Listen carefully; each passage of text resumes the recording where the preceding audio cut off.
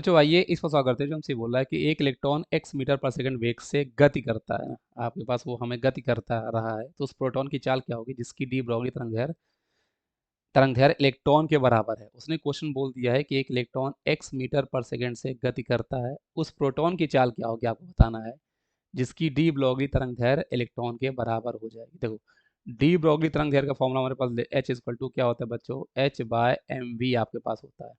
उसने क्वेश्चन बोला है डी ब्रॉगली तरंगदैर्घ्य आपके पास बच्चों इलेक्ट्रॉन का और प्रोटॉन का बराबर है। तो देखो, प्रोटॉन का मास अगर मैं बच्चों 1 यूनिट मानता हूँ, ये हम पहले भी कई बार ट्राई कर चुके, तो आपको पता है जैसे प्रोटॉन का मास होता है 1.6 × 10⁻⁻27 इंटू 10⁻⁻27 होता है।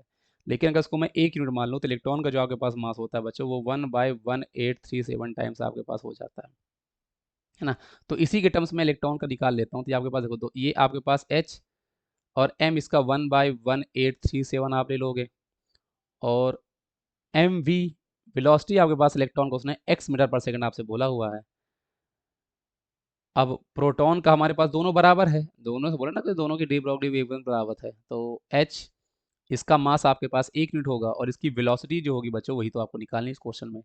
h से h कैंसिल हो जाएगा, ये आपके पास ऊपर चला जाएगा, तो ये बनेगा 1837 बाय एक्स, और यहाँ पे 1/v, पर हमें तो v निकालना है ना, प्रोटॉन, ये प्रोटॉन वाला टर्म चल रहा है, तो v इक्वल टू आगे पास हमारे पास क्रॉस मल्टीप्लाई एक्स 1837 या 1840, मतलब ये आपके पास 1840 के टर्म बराबर भी होता है, तो 1840 भी आप चाहो तो ले लो, है ना। इस क्वेश्चन में ऑप्शन 1840 आया तो आप उसको 1840 ले लो, है ना। वैसे भी आप देख लोगे एग्जैक्ट आपका आंसर आ ही जाएगा, तो इसको आप 1840 के टाइम्स होता है।